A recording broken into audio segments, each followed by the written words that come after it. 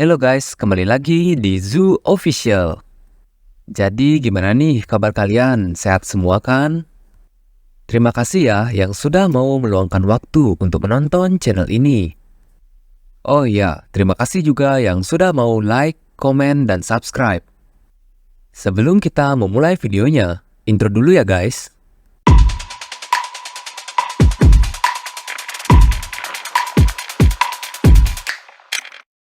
Hei, Kim Son-woo, bangunlah. Kau sudah bangun kan? Perkenalkan, namaku Ricky Lee. Aku adalah staf eksekutif sementara di markas besar Note.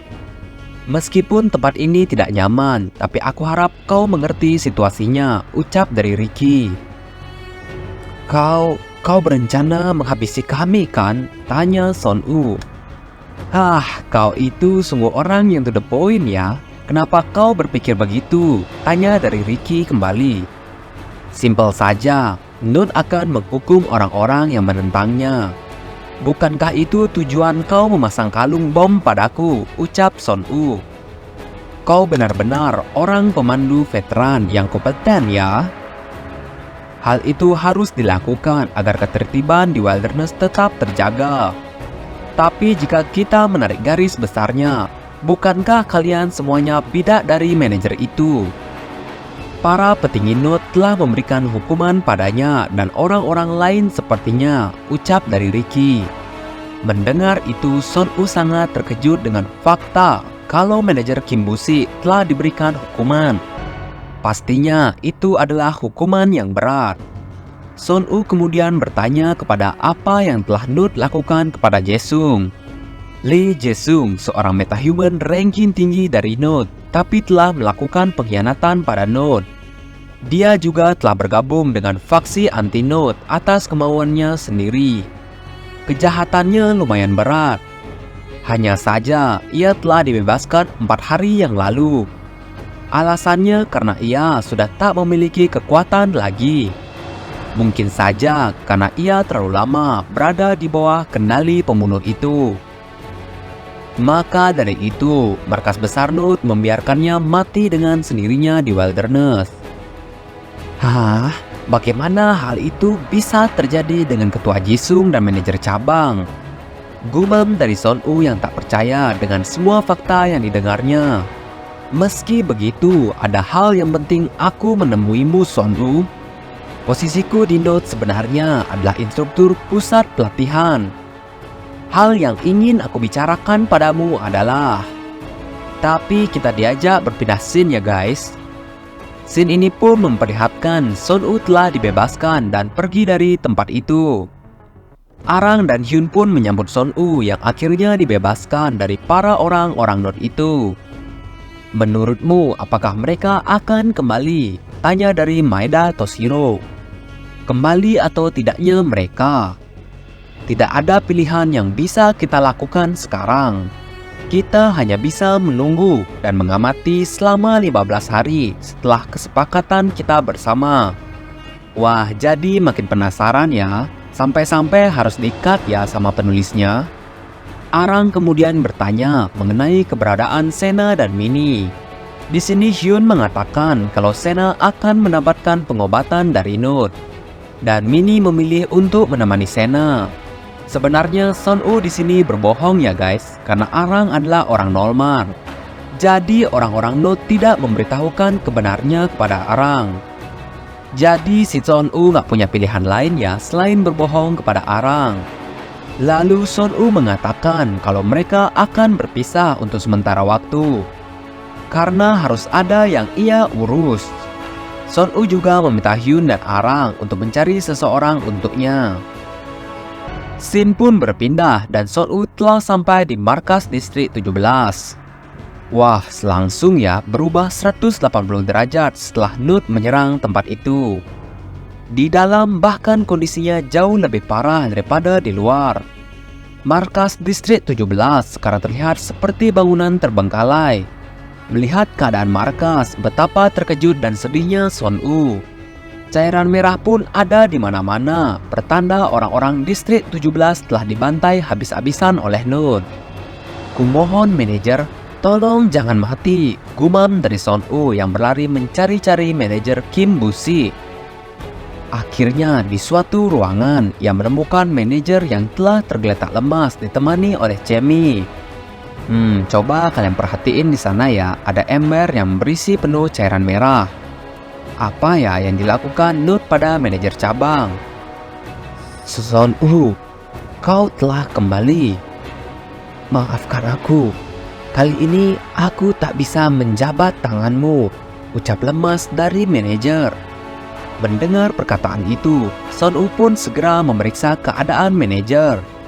Ketika ia membuka selimut yang menutupi tubuh manajer, betapa syoknya Son U melihat keadaan si manajer. Bagaimana para bajingan Note itu melakukan hal semacam ini kepada manusia? Ucap Son U sambil gemetaran.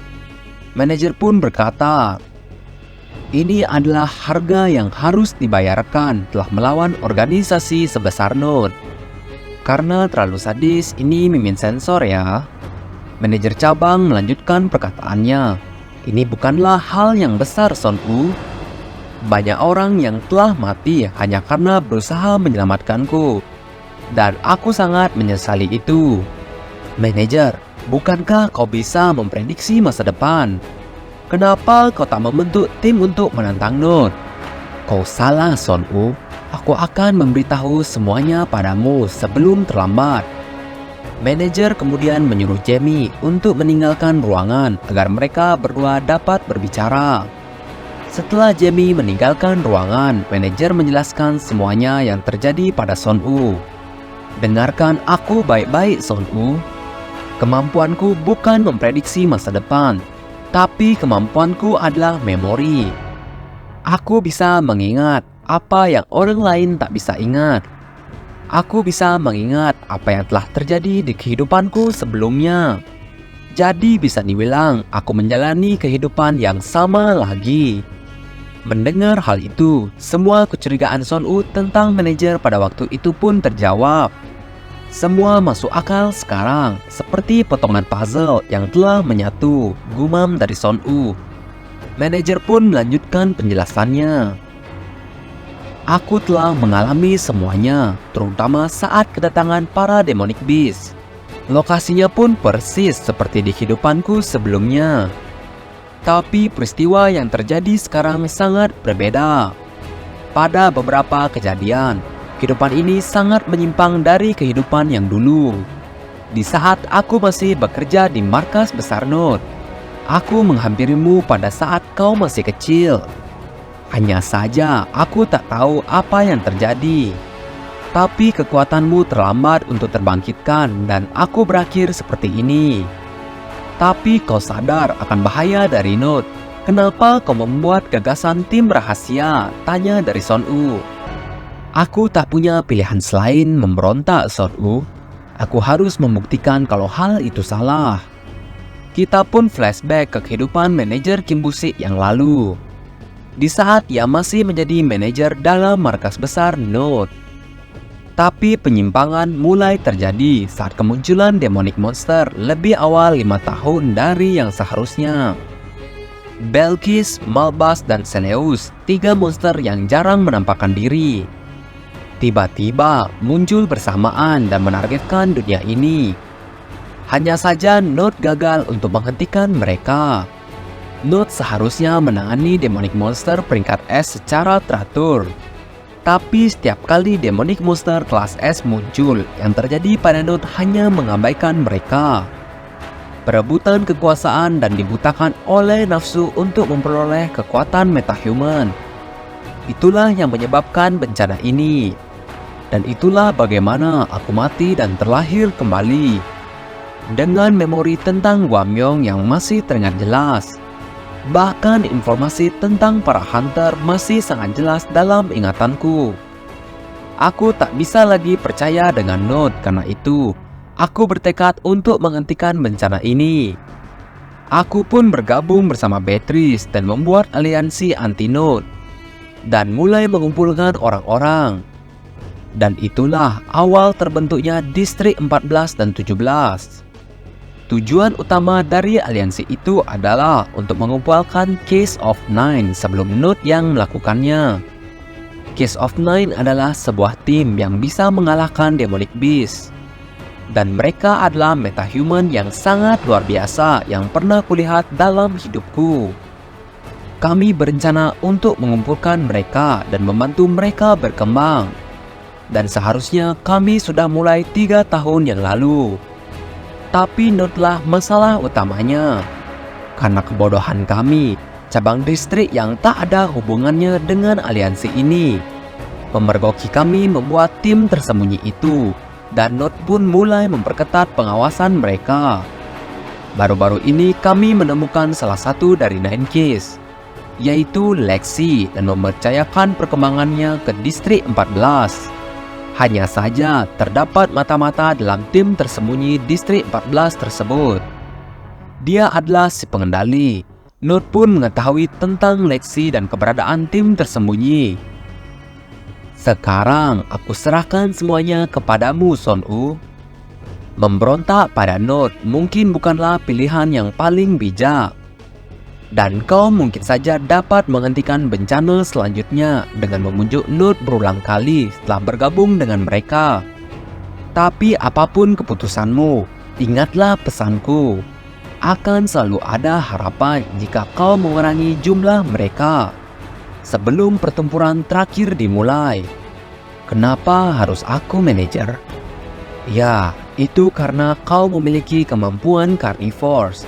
Kau memiliki potensi yang tak terbatas. Kau adalah jantung dari The Nine Keys. Kau adalah orang yang paling banyak memburu Demonic Beast, monster tingkat S di perang terakhir. Aku melihat jelas di hidupanku yang dulu. Aku mengelilingi seluruh wilderness untuk menemukanmu. Jika kau mempercayakan semua ekspektasimu dan harapanmu padaku, apa yang kau rencanakan untukku? Itu sudah jelas, aku akan memberimu kemampuan yang dapat menarik keluar potensi penuhmu. Ambillah barang itu pada kotak di bawah meja. Son-U kemudian mengeluarkan sebuah pisau dari dalam kotak tersebut. Manajer kemudian menyuruh Son-U untuk menghabisinya dan mengambil kekuatan memorinya. Lahap kemampuanku dan semua informasi yang kumiliki di kehidupanku sebelumnya. Inilah metode terbaik yang kita miliki, ucap dari manajer Kim Busi. Mendengar itu, Son-U sangat terkejut. Bahkan suara yang selalu ia dengar muncul kembali dan menyuruhnya untuk menghabisi manajer dan mengambil kemampuannya. The Keys yang baru ketemukan saat ini adalah 5 orang. Kau, Beatrice, Senna, Lexi, dan Guemiel yang berada di perlindungan di Bucheon. Temukanlah The Keys lainnya dengan ingatanku ini. Tolonglah Son-U, aku ingin terlepas dari hal ini dan beristirahat dengan tenang. Son-U pun tak memiliki pilihan lain setelah manajer memohon kepadanya. Terima kasih untuk segalanya manajer, ucap dari Son-U sebelum manajer Kim Busi pergi untuk selamanya. Setelah ia menghabisi manajer, tubuh Son-U kemudian menyerap kemampuan yang dimiliki oleh manajer Kim Busi. Di sini kekuatannya nggak main-main ya guys. Sial, semua ingatan ini, kehidupan manajer sebelumnya dan ingatan dari kehidupanku. Son-U kemudian tak sadarkan diri setelah ia menyerap penuh kemampuan dari manajer. Beberapa saat kemudian Son-U pun terbangun dan mendekati tubuh dari manajer. Kau sungguh-sungguh gigih, manajer. Kau berjalan di masa depan yang tak pasti, sambil menahan kenangan pahit ini sendirian. Sejujurnya aku takut. Aku takut tidak akan menjadi diriku yang kau harapkan. Tapi, aku akan mencoba semampuku, manajer. Lalu Son-U membukukan badannya untuk memberikan hormat terakhir kepada manajer. Setelah ia meninggalkan manajer, Son-U pun mencari Jamie. Tak disangka ternyata Jamie telah tertangkap oleh para Kruco.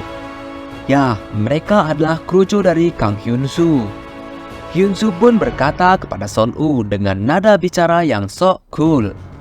Hei, apa kabarmu pemandu?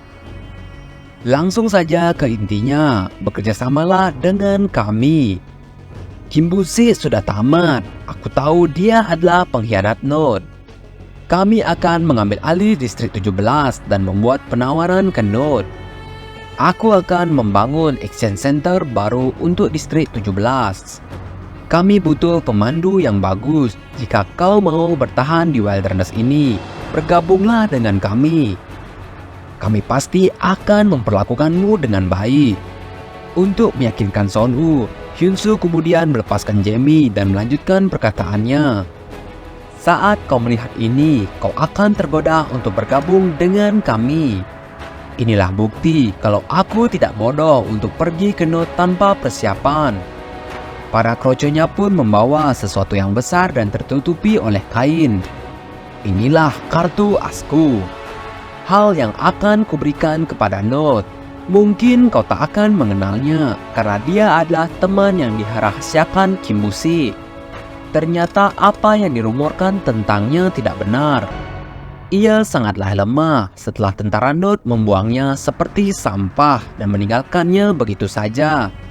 Lee Jisung si pengkhianat, dia adalah orang dari Node yang mencoba untuk melakukan pemberontakan. Ia telah melakukan kejahatan yang paling buruk.